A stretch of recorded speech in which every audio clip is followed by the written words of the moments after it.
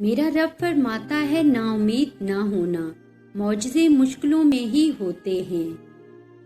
رب فرماتا ہے سب کچھ چھوڑ کر اندھا اعتبار کر لو مجھ پر، یقین کرو میں اپنے وعدوں کا بڑا سچا ہوں۔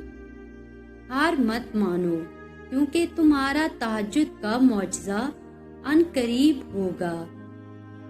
اللہ بہت جلد ایسا وقت لائے گا جب تم اپنی آنکھوں سے معجزے ہوتے ہوئے دیکھو گے۔ اللہ انتظار کے بعد نوازتا ہے، جیسے حضرت یعقوب کو حضرت یوسف۔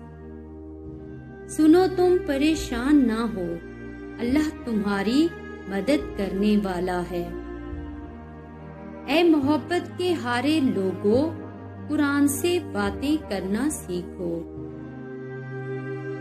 دعا ہی تو ہے جس نے حضرت یوسف کو اندھے کنویں سے باہر نکالا۔ جب اللہ تم سے کہہ رہا ہے کہ مجھ سے مانگو میں دوں گا، تو کیا تمہیں یہ قبولیت کی دلیل نہیں لگتی؟